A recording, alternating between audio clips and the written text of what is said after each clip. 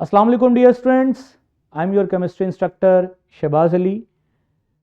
Dear students, आज का lesson उसका सफ़ा आपके सामने बिल्कुल मौजूद है और ब्रिजिंग एक्टिविटी बड़े आराम से आपने की होगी क्योंकि आपको ग्रेड 7 के साथ कनेक्ट किया गया है। डियर स्टूडेंट्स, एसएलओज जो आज हमने डिस्कस करने हैं उनमें एक एसएलओ तो वही है जो हम सेकेंड लेक्चर से कैरी कर रहे हैं, एटॉमिक स्ट्रक्चर को समझ रहे हैं थ्रू डिफरेंट मॉडल्स। उसमें हमने देखा इलेक्ट्रॉन कैसे डिस्कवर हुए, प्रोटॉन कैसे डिस्कवर हुए। फाइनली आज हम पहला रिकॉग्नाइज्ड मॉडल जिसको हम रदरफोर्ड एटॉमिक मॉडल कहते हैं उसके थ्रू देखेंगे कि एटम के स्ट्रक्चर को, जो आज हम समझते हैं कि सेंटर में न्यूक्लियस है, बाहर उसके शेल्स हैं, इलेक्ट्रॉन्स हैं शेल्स के अंदर, तो वहाँ तक हम किन स्टेप्स, किन फुटप्रिंट से गुजर के वहाँ तक पहुँचे हैं। तो उनमें जो सबसे सिग्निफिकेंस एक फुटप्रिंट समझा जाता है in terms of nucleus discovery, तो वो रदरफोर्ड का ही एटॉमिक मॉडल है। साथ ही साथ हम देखेंगे कि न्यूक्लियस जो है वो बना होता है प्रोटॉन से, न्यूट्रॉन से, and held together by a strong nuclear force, और एक मजबूत ताकत है जो उनको आपस में जोड़ के रखती है। उसके अलावा हम रिलेटिव चार्जेस देखेंगे, रिलेटिव मासेस देखेंगे सब एटॉमिक पार्टिकल्स के, इलेक्ट्रॉन पे, प्रोटॉन पे, न्यूट्रॉन पे। इंटरप्रेट करेंगे रिलेशनशिप बिटवीन सब atomic particle, there masses and charges. तो हमारे पास टोटल 4 लर्निंग आउटकम है, इनको स्मार्ट तरीके से सिमुलेशंस की मदद से देखेंगे। तो सबसे पहले हम एक सिमुलेशन आपके सामने खोलते हैं एटॉमिक स्ट्रक्चर की। जैसे कि आपको पता है डाल्टन ने जो बिलियर्ड बॉल एटॉमिक मॉडल दिया था, अब ये चीज़ इस्टेब्लिश हो चुकी है कि वो फर्दर डिवाइड होता है, उसमें फर्दर पार्टिकल्स मौजूद होते हैं, नेगेटिव पार्टिकल्स भी होते हैं और पॉजिटिव पार्टिकल्स भी होते हैं। नेगेटिव पार्टिकल्स को हमने इलेक्ट्रॉन्स का नाम दिया है और पॉजिटिव पार्टिकल्स को हमने प्रोटॉन्स का नाम दिया। इनिशियल परसेप्शन जो साइंटिस्ट की थी वो कुछ ऐसी थी, it's like a plum pudding model. And what is plum pudding model? According to plum pudding model, इनमें से एक चार्ज पुडिंग का काम करेगा और एक चार्ज प्लम का काम करेगा। एक तस्वीर आपको दिखाता हूं, ये देखिए, दिस इज पुडिंग और उसमें रेजन्स जो है वो प्लम का काम कर रहे हैं। तो सिमिलर परसेप्शन थी साइंटिस्ट की कि एक चार्ज जो दो चार्जेस, एक नेगेटिव और एक पॉजिटिव, उनमें से जो एक चार्ज है वो पुडिंग का काम करेगा और एक चार्ज उसमें प्लम के तौर पे लगा होगा। This is initial concept about atomic structure called plum pudding structure या प्लम पुडिंग मॉडल। अच्छा, थोड़ी ही देर बाद जैसे ये स्ट्रक्चर प्रपोज किया गया तो इसका कोई इतना स्ट्रॉन्ग एविडेंस नहीं था, ये फेल हो गया। कैसे फेल हुआ, रदरफोर्ड ने इसको कैसे गलत साबित किया? रदरफोर्ड के एक्सपेरिमेंट को वैसे ही देखते हैं जैसे रदरफोर्ड ने देखा था। तो चलिए रदरफोर्ड के एक्सपेरिमेंट की तरफ। तो बेसिकली रदरफोर्ड ने क्या किया, एक बहुत ही थिन, बहुत ही पतली गोल्ड की एक फॉइल प्लेस की, और जैसे कि आप जानते हैं कि गोल्ड एक मेटल है और मेटल एटम्स से मिलकर ही बनता है, और उसके ऊपर थ्रो किया गया अल्फा पार्टिकल्स को जो कि हेवी पार्टिकल्स कंसिडर किए जाते हैं। और जैसे ही अल्फा पार्टिकल्स को गोल्ड फॉइल पे थ्रो किया गया और सामने डिटेक्टर लगाया गया, तो ऑब्जर्वेशन क्या थी कि ज़्यादातर तो पार्टिकल सीधे ही गुजर रहे हैं, मीन्स कि एटम का ज़्यादातर एरिया खाली है, इसीलिए पार्टिकल्स गुजर रहे हैं। या ज़्यादातर एटम्स का एरिया ऐसे पार्टिकल्स पे मुश्तमिल है जो बहुत लाइट हैं, दैट्स वाई अल्फा पार्टिकल, जिनको हम हैवी पार्टिकल्स कंसिडर करते हैं, तो वो लाइट पार्टिकल्स में से पास हो रहे हैं, कोई मसला नहीं हो रहा उन्हें। लेकिन कुछ जगह पे आप नोट करो, अल्फा पार्टिकल्स बिल्कुल बाउंस बैक भी हो रहे हैं और डिफ्लेक्ट भी हो रहे हैं। तो अल्फा पार्टिकल्स का इस तरह से बाउंस होना और डिफ्लेक्ट करना, ये इंडिकेट करता था कि एटम के कहीं ना कहीं, किसी ना किसी हिस्से में कोई ऐसी बॉडी पड़ी है जो हैवी है और ऑलमोस्ट एटम का सारा मास उसी में कंसेंट्रेटेड है। थोड़ा सा अगर हम इसको इन डिटेल देखें तो बिल्कुल जो न्यूक्लियस के अराउंड स्पेस है उसमें से तो पार्टिकल्स बिल्कुल सीधा पास कर रहे हैं। इसका मतलब लाइट पार्टिकल्स वहां पर मौजूद हैं जो अल्फा पार्टिकल्स को बिल्कुल नहीं रोक रहे।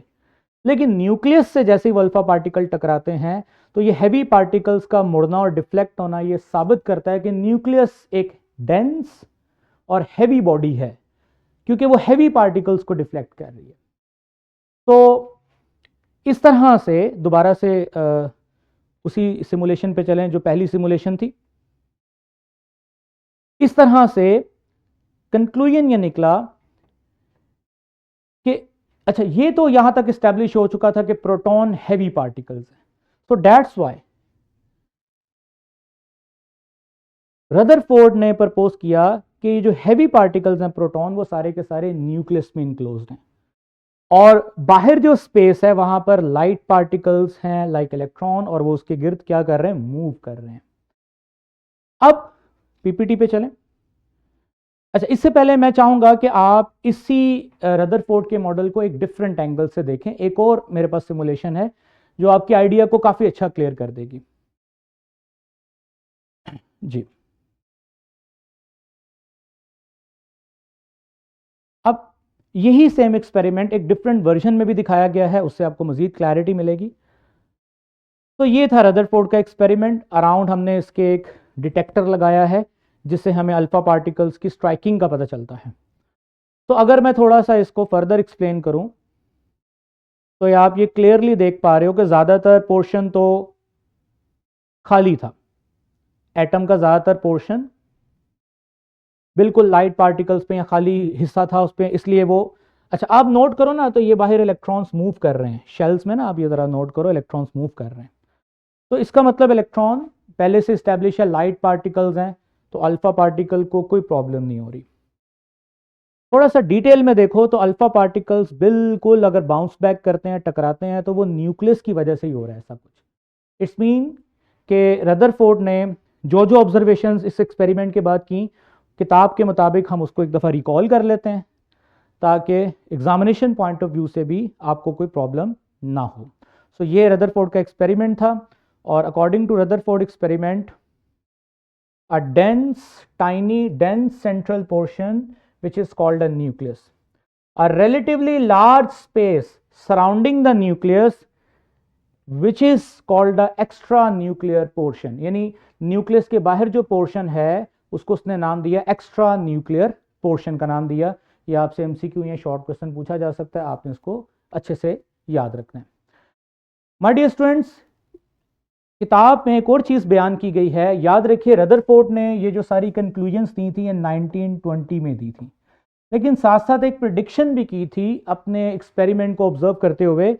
अगर आप दोबारा से वो सिमुलेशन खोल लो जो भी आपने लास्ट में प्ले की थी, कि अगर आप इस न्यूक्लियस को देखो, इसमें दो तरह के पार्टिकल्स हैं, प्रोटॉन के अलावा भी पार्टिकल हैं जो बाद में तो आपको पता न्यूट्रॉन का नाम दिया गया, लेकिन रदरफोर्ड ने जब एक्सपेरिमेंट किया था तब खाली प्रोटॉन्स का ही पता था।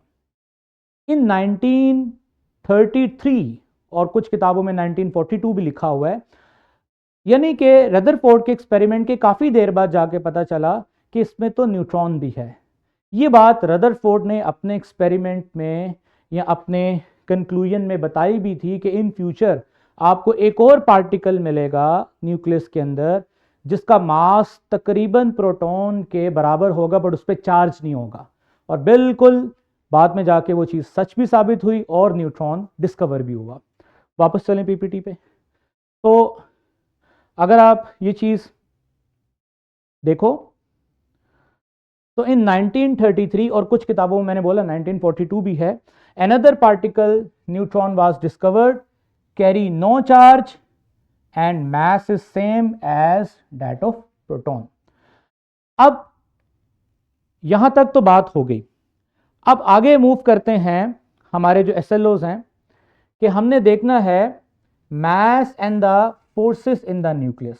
न्यूक्लियस तो डिस्कवर हो गया, फर्दर न्यूक्लियस के अंदर we all know that proton भी हैं, न्यूट्रॉन भी हैं, तो ऐसी कौन सी स्ट्रॉन्ग न्यूक्लियर फोर्सेस हैं जिसने प्रोटॉन और न्यूट्रॉन को बाउंड करके रखा हुआ है। चलिए एक सिमुलेशन की मदद से इसको भी देखते हैं। माय डियर स्टूडेंट्स, याद रखिएगा अब तो रिसर्च इस लेवल पे पहुंच चुकी है कि प्रोटॉन और न्यूट्रॉन भी डिवाइडेड हैं फर्दर सब एटॉमिक पार्टिकल्स में। जैसे कि ये देखो ये एटम का न्यूक्लियस है जिसमें आपको नज़र आ रहा है प्रोटॉन एंड न्यूट्रॉन है, और दीज आर न्यूक्लियॉन्स। और फर्दर प्रोटॉन के अंदर देखा जाए तो क्वार्क्स हैं, न्यूट्रॉन के अंदर भी देखा जाए तो क्वार्क्स हैं। अब इन क्वार्क्स की कुछ अरेंजमेंट या कुछ आपस में इंटरेक्शन ऐसी होती है जो प्रोटॉन और न्यूट्रॉन को आपस में जोड़ के रखती है। अब प्रोटॉन और न्यूट्रॉन को आपस में जोड़ के रखने के पीछे जो रीजन है आपकी किताब में नहीं है लेकिन आपको थोड़ा आइडिया होना चाहिए, वो है क्वार्क्स। और वो फोर्स जो प्रोटॉन और न्यूट्रॉन को आपस में जोड़ के रखती है हम उसको न्यूक्लियर बाइंडिंग फोर्स का नाम भी देते हैं। प्रेजेंटेशन पे चलते हैं। Which is also called strong nuclear force. और इनका काम क्या है कि न्यूक्लियस में मौजूद पार्टिकल्स को होल्ड करके रखना। माय डियर स्टूडेंट्स,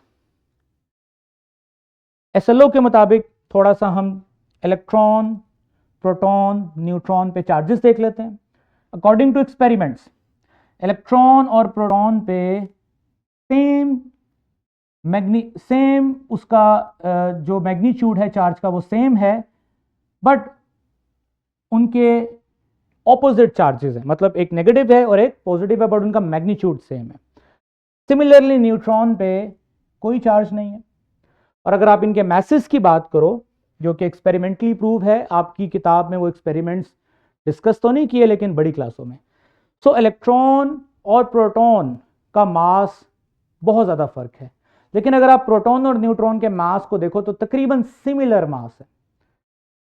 अगर आप थोड़ा सा इस तरह करो कि इलेक्ट्रॉन के मास को 1836 से मल्टीप्लाई कर दो तो you will get same answer as the mass of proton, क्योंकि आपको पता है कि इलेक्ट्रॉन प्रोटॉन से 1836 गुना हल्का है और प्रोटॉन इलेक्ट्रॉन से 1836 गुना वजनी है।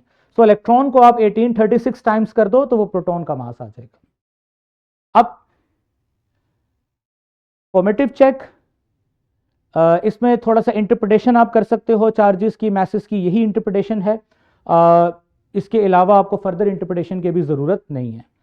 फॉर्मेटिव चेक को सॉल्व करो, थ्राइव को सॉल्व करो और अपना क्लास में टीचर के साथ आप इंगेज करें। Take your time. अल्लाह हाफिज़।